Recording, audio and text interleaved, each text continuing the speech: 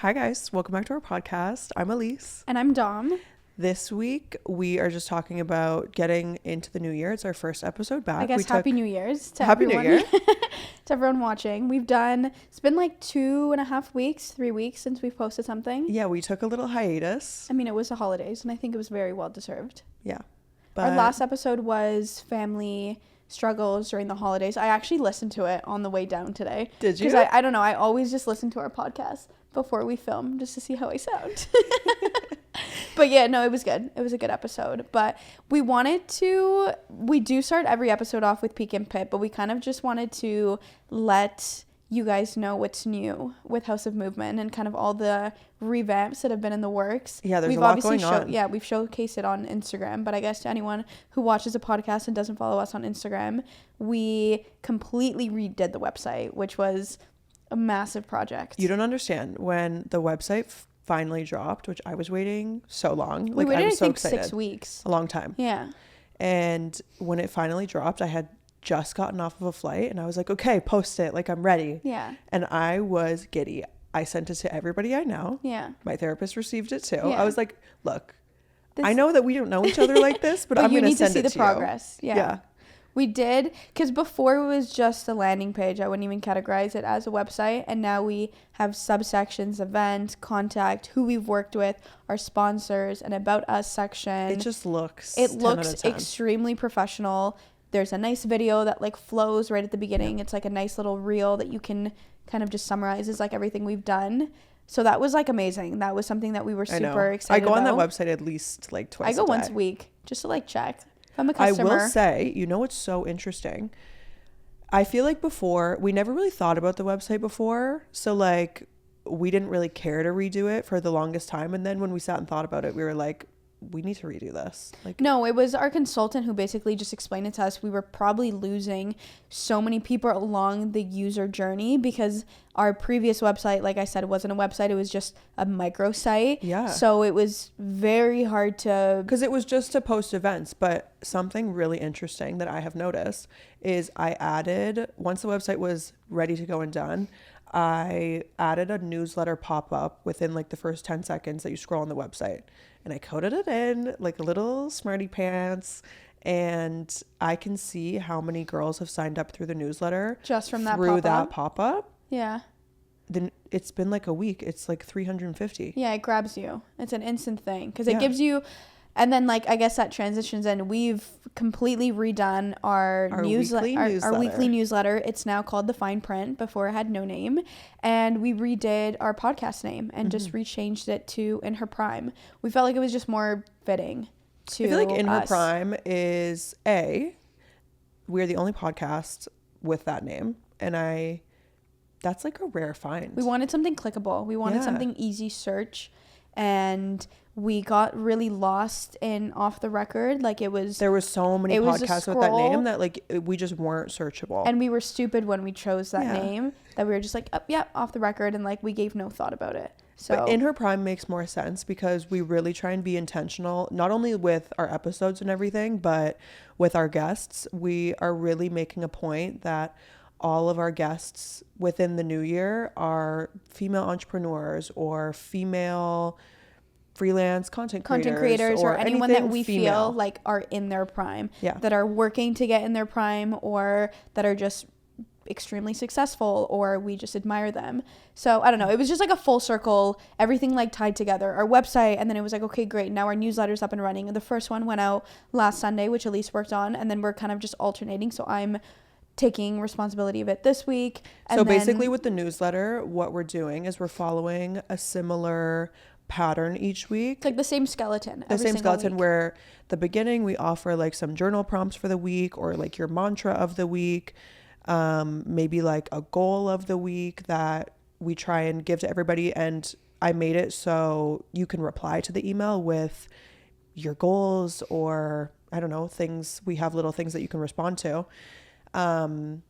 And then it kind of scrolls into different topics. So last week's topic was about like skincare and I don't know, skincare I've been loving and swaying away from injectables and how I feel like fillers is like out. So I don't know.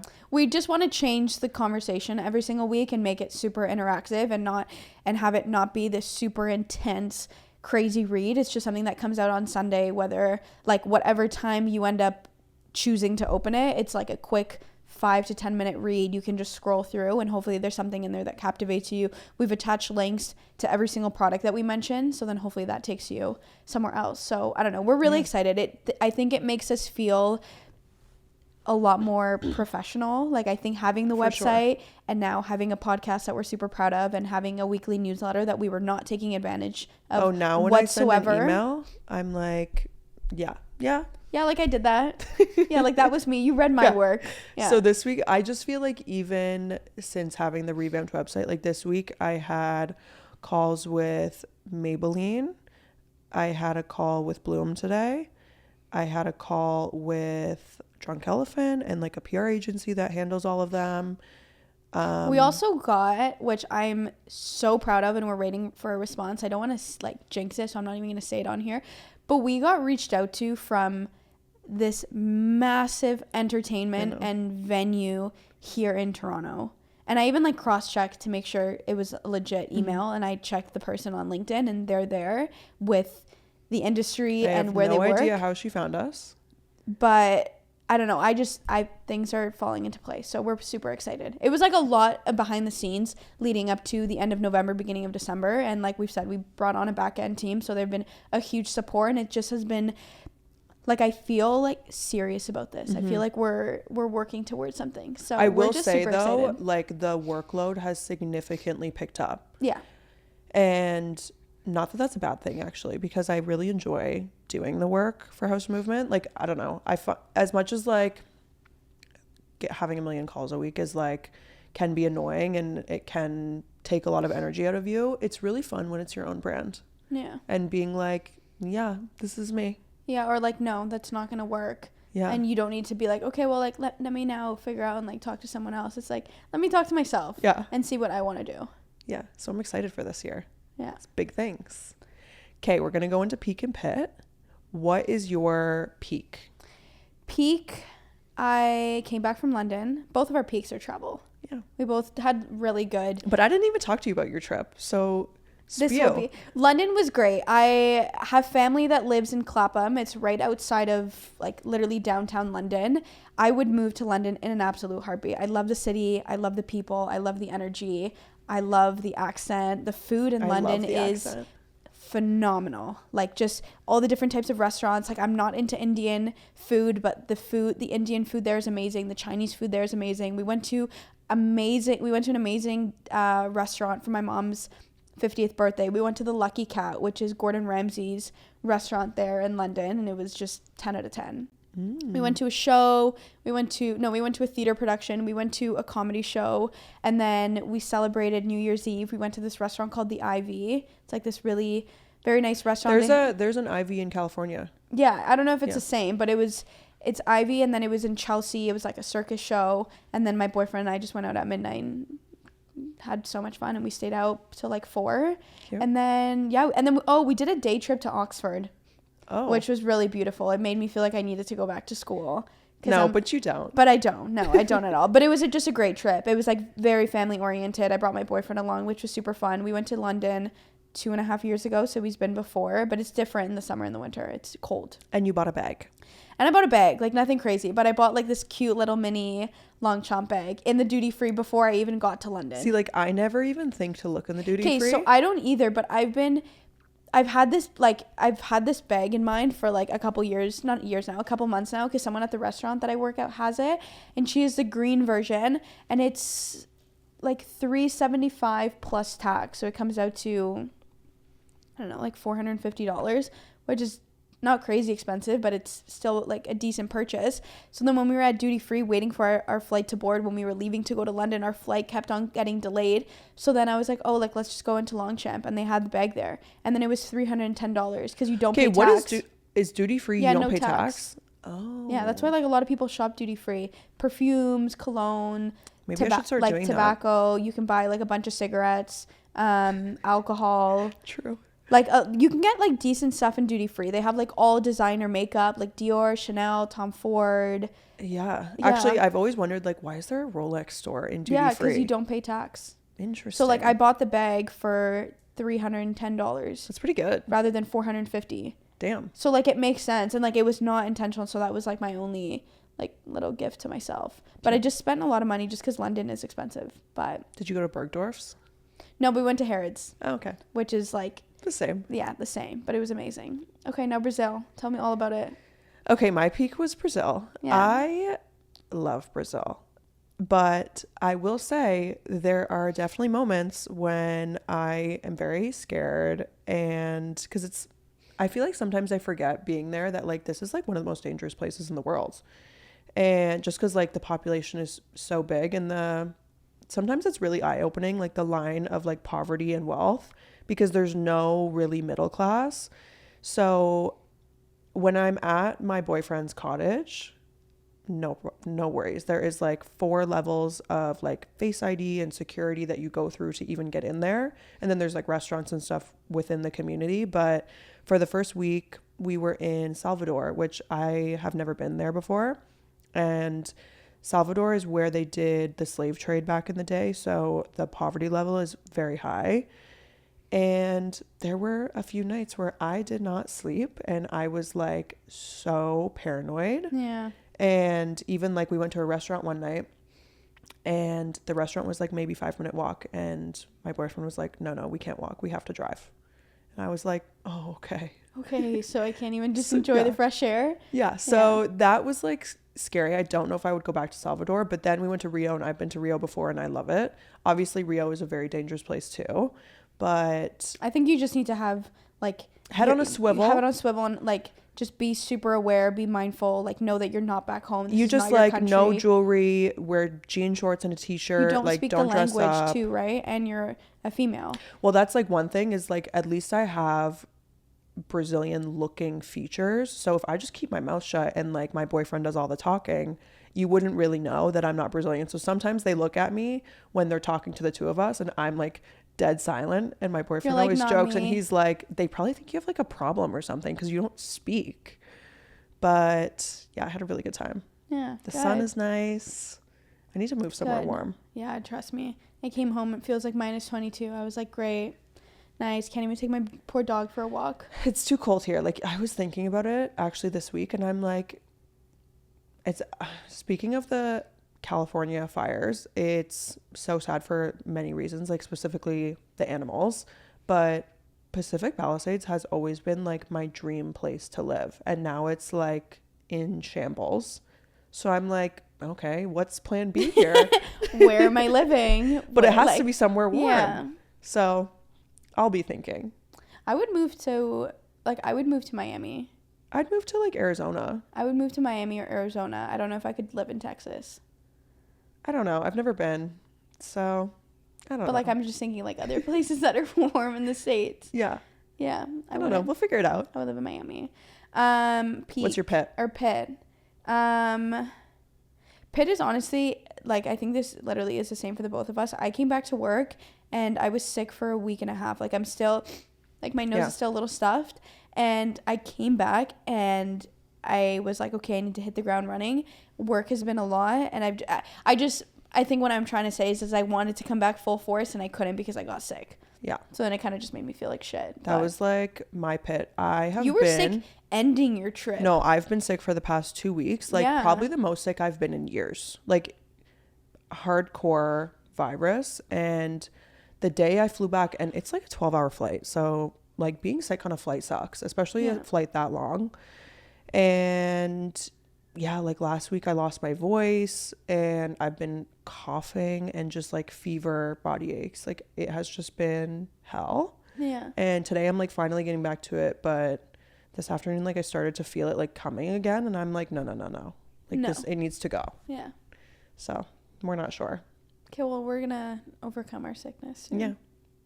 Well, we want to get into our goals that we set for the new year. I don't usually set like a resolution. I don't feel like I stick to it. And I don't know if I like the term resolution, but I like the term goal or intention. just for the new year or for the year in general. Yeah. So we each chose 3 that we wanted to deep dive into. Do you want to start? Okay, so when I made my goals, like I did a vision board for my phone and my laptop just so I'm very mindful of it every single day. One main goal that I had for myself is I've honestly been really, really I've been doing a really, really good job with it, is having a very stern morning routine. And I actually, like, I wake up and, like, you always hear, don't go on your phone in the morning. But, like, I'm not the type of person yet where, like, I wake up and, like, I'm immediately journaling. Like, I'm not there yet. But to wake up and, like, not go on your phone, as silly as that sounds, it's, like, a huge, I don't know, it's, like, a big mental barrier. Like, I'll wake up and I could scroll for an hour. I feel like it wakes me up. I think it wakes me up, too, but I think in, like, a really negative way because I immediately get sucked into, like, why am I watching TikToks at 7:30 in the morning? Like, I could be doing so much more. So, like, just having a morning routine, like, doing my skincare every morning. I started to take, like, I take vitamins now every single morning. I'm taking supplements. Like, I do coconut cult and sea moss in the morning. But, like, just knowing that when I wake up, my point is, like, knowing when I wake up and know that I have 4 things that I have to do every single morning just makes me feel like when I'm done all that, I'm like I feel now, you feel like I feel productive. Started your day. I feel like I have a routine. Like, wake up, I make my bed every single morning. I wash my face. I do my skincare because, like, sometimes I won't do my skincare in the morning just because I'm like, oh, I'm gonna be home all day. Like, I don't need to. And then go downstairs, take my vitamins. Like, I started taking vitamin D, zinc. I'll drink apple cider in warm water, and then I'll take my sea moss and coconut call. But, like, when I do all that, it just makes me feel good in the morning. I will say, I feel like mornings are, like, my prime time.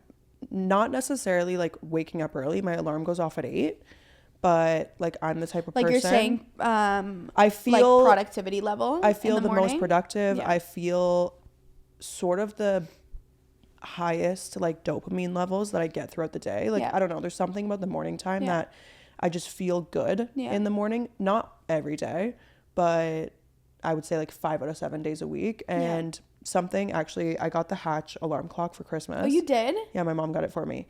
And I sleep to brown noise, and I have my little routine, and it wakes me up in the morning, and it's nice. So, like, once that goes off in the morning, I'm usually pretty good at just, like, getting up. And, like, I always will do my skincare and, like, do my hair, whether I'm just, like, slicking it back or something, because I feel like I wear sweats all day, so I have to prep my face a little bit. I needed to have a morning routine. I needed to be intentional with my movement in the morning, and I lay my workout clothes a night out before. Like, it makes me feel productive. It gives me a purpose. That has actually helped me so much. Yeah. And, like, I can be, like, it'll be like 9 a.m. and, like, I start work and I'm like, okay, like, bed's made, bathroom is clean, skincare is done. I had my coffee, I took my supplements, like, now I can sit and do something. Because before, I'm not even joking, 9 o'clock, I wake up at 8:45 and, like, literally, like, just stumble onto my desk. And I'm like, I haven't brushed my teeth. I need to wash my face. And, like, I feel just chaotic. I feel bad. So one of my biggest goals this year is, honestly, is just taking more time to myself in the morning. I think that's important. Morning times, like, are always, it's just, like, it's quiet. So I feel like your whole day is surrounded by chaos. You have calls, you have workout, you have dogs. There's so much going on. And, like, morning time is your time. So there was this, when I came back from London, because my, what's it called? Like, my internal clock was off for a little bit. I was waking up so much earlier. So for the first week that I came back, I was just waking up automatically at 6 a.m. just because my time is off. And there was this level of peace and tranquility when you're up that early. And there's this girl on TikTok who talks about it, where she wakes up every single morning at 4 a.m.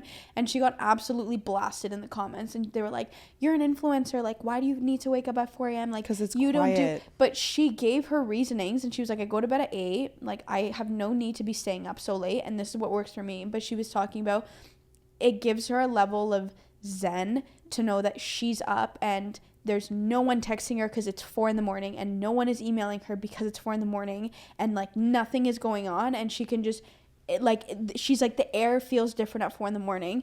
And when I was waking up at 6 for that, like, 10 days, yes, it's not 6, but no one in my house was up. Like, my dogs were asleep. So, like, I'm waking up and I'm doing my skincare and, like, getting ready for the day. And it's just, you feel... It's actually funny you say that, because my boyfriend's stepmom, she says her most productive hours in the day are from 3 a.m. until 6 a.m.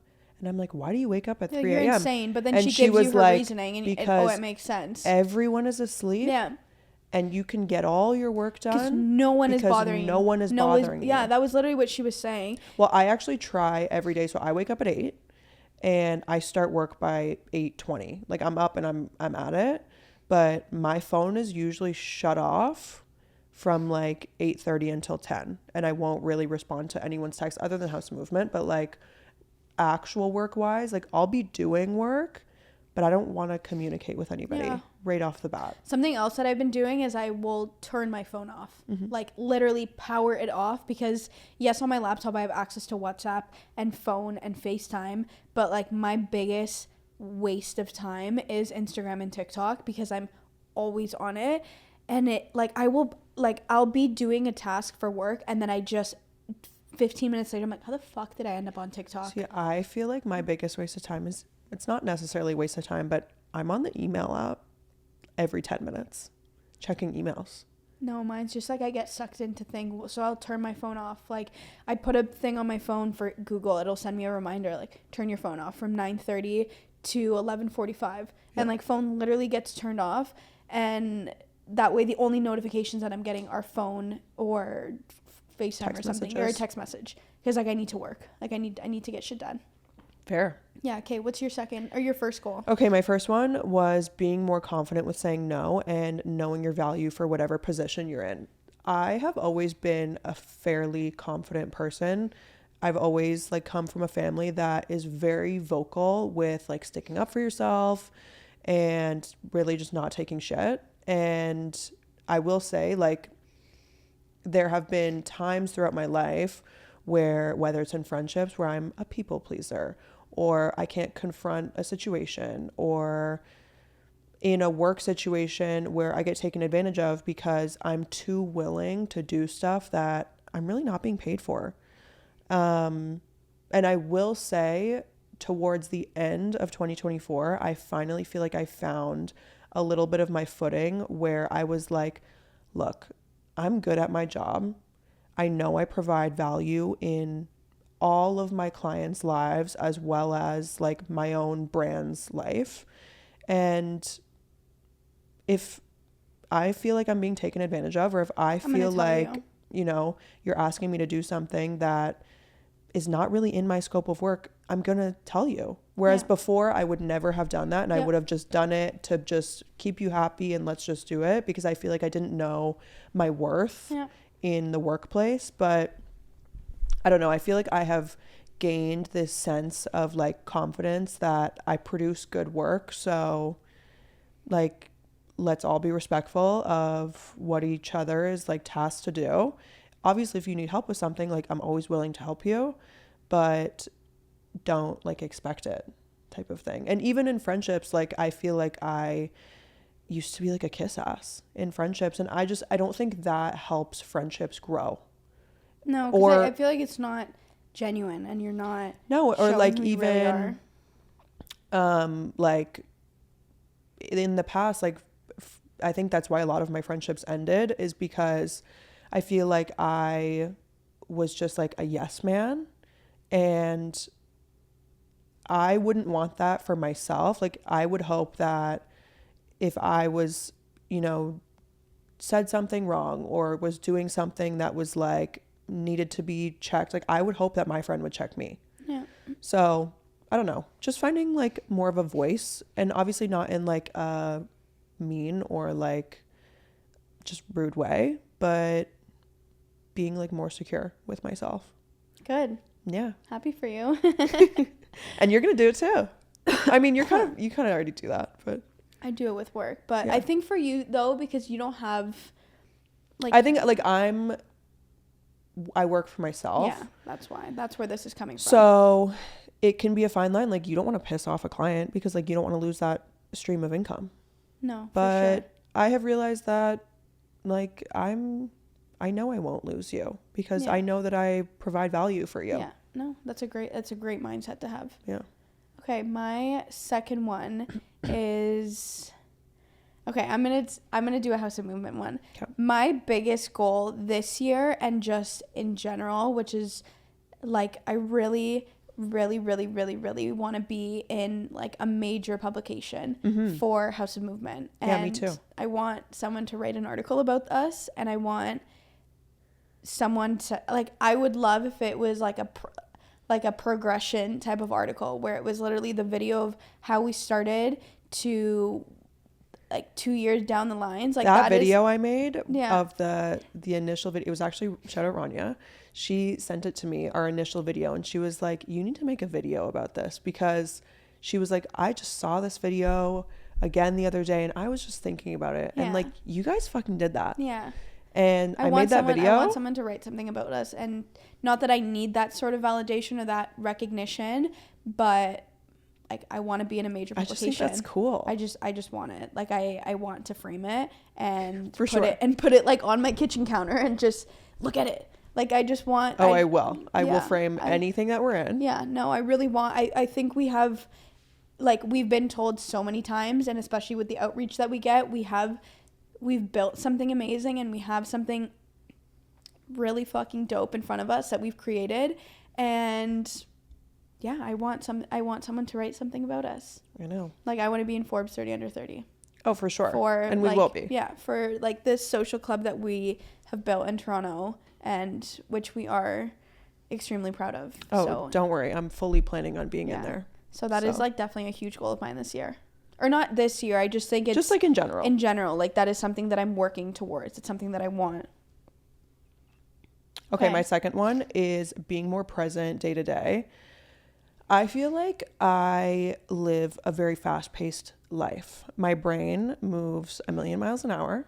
Yeah. And I don't know. I have the mindset, and this is a good thing and it's a bad thing at the same time. I have the mindset that the line of work we're in is so hit or miss. It can be taken away in a day.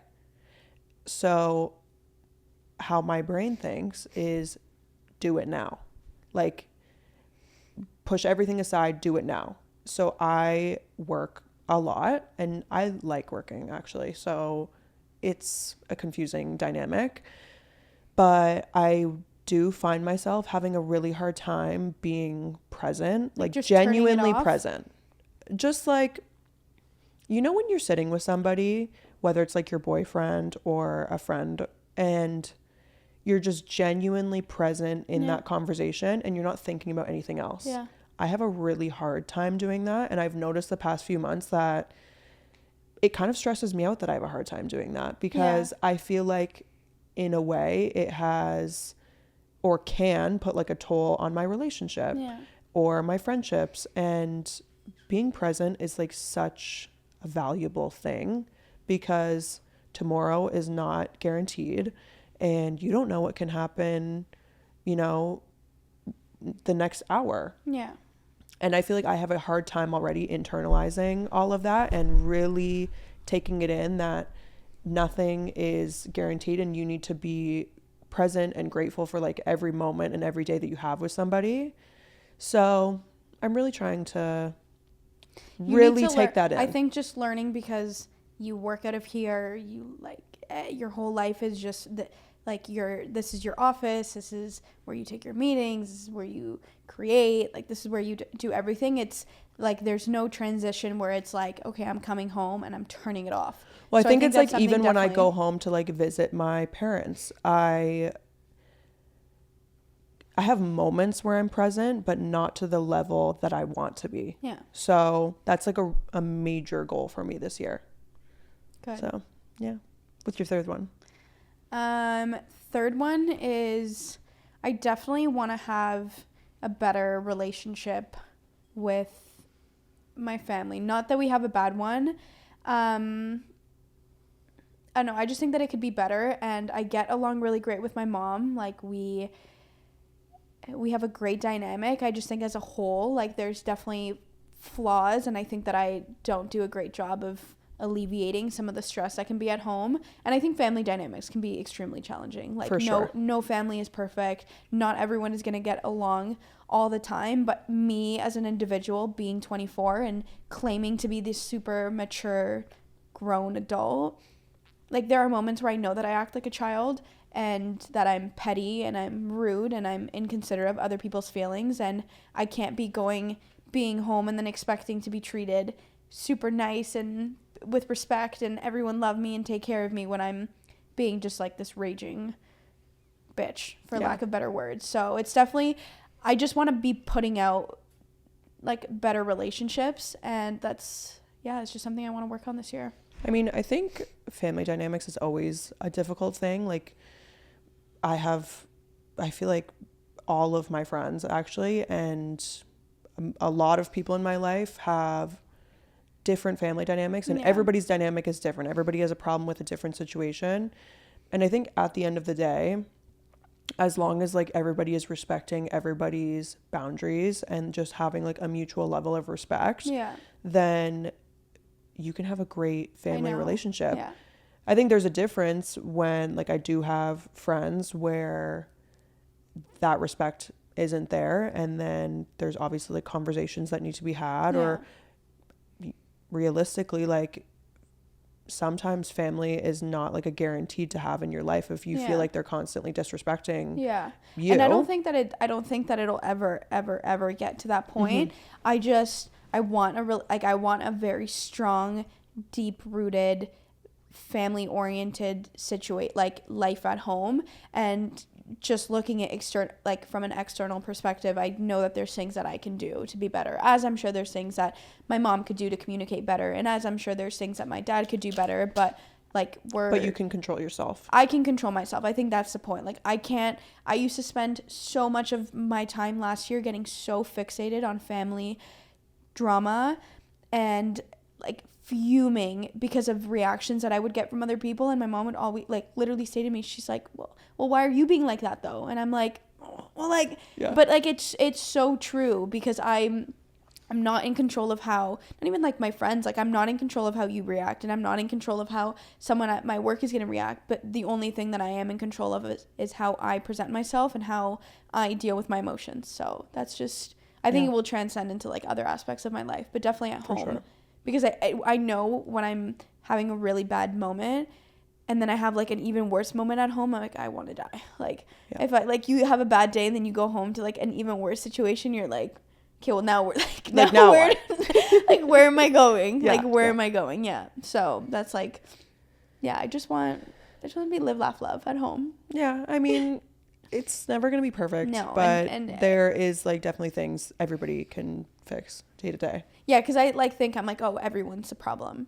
Like, you're all. And it's like, no. That's like one thing I feel like I have learned is like, it is never just one person. It takes two people. It always takes two people. It takes two people to tango. Like, that's for you could have started it, but like maybe my reaction made it worse. But your reaction made it worse, and then I said something worse, and I just kept digging and digging and digging, and I was just poking the bear, and then it just unleashed this like monstrosity of a problem that didn't need to be there. Yeah. So, okay, your last goal. What do you want this year? My last one is I really want to take control of my anxiety and like OCD overthinkingness. I feel like I really have like taken a good grip on it. I've been seeing like the same consistent weekly therapist for almost a year now. Since May. Okay. So a long time. And when I tell you, like, it has just changed so many aspects of the way that I react, the way that I think, in like such a positive way. But I've kind of come to the point, I feel like, in therapy where now it's like my turn to like self-soothe or like basically like rewire my brain. Because like she's given you everything. She's given me like there's nothing I can vent to anymore. Like, it's more so just like, yeah, you've said it all. It's more so like now I need to take like tools and put them to work. I think though that can be the hardest part about therapy, because I think you probably get such a it can be so relaxing just talking and talking about your problems. And then the other person on the other line is like, okay, great, you've talked and you're all talked out. Now let's fix it. Yeah. Like now actually take everything that I'm saying and take the advice and take the journal prompts and take the moments in the mirror of self-reflection and now do it. And like that can be the most challenging thing because you also find comfort in just being the same. For sure. And just being stagnant. And I will say though, like me now versus me back in May is night and day difference. The way that I think, the way that I react to situations. Like but that's I growth. look back. That's great. Yeah. I look back at the way that I would react to certain situations and like, oh my gosh, I'm crazy. Yeah. And don't get me wrong, I'm still crazy. But it makes you also want to be better. Like it makes you really has makes made you me not feel react like that. It's made me feel like really proud of myself in a way. But I will say I overthink a ton, just like I'm sure a lot of girls do. But specifically about like I feel like for a long time I had really bad like relationship anxiety. And like what do you stress about now? It's more so like maybe I'll overthink about a situation that happened. No, I'll like convince myself of something that's not real, whether it's in my relationship, whether it's in my friendships. It's more of like an OCD tendency. I'll do that for like a week and then I won't care anymore. I'll flip to something else and then it'll come back.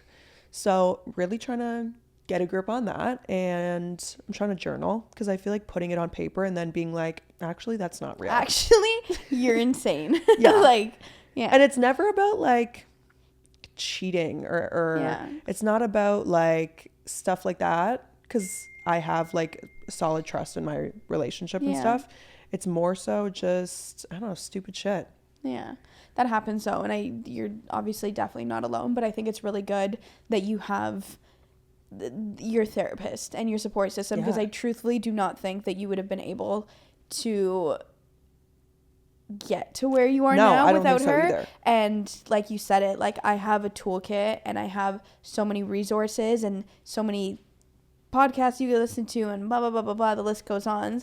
But okay, now apply it. And like this is where the hard part starts because you can vent for as long as you want and people find comfort in just staying the same and being stagnant, and that'll be your biggest downfall is like not having enough respect for yourself to change that. So she's also 10 out of 10, so she's the type of therapist that like really calls you on your shit, which I like that. Yeah. Like I like her to interrupt me mid-sentence and be like, actually, you're wrong.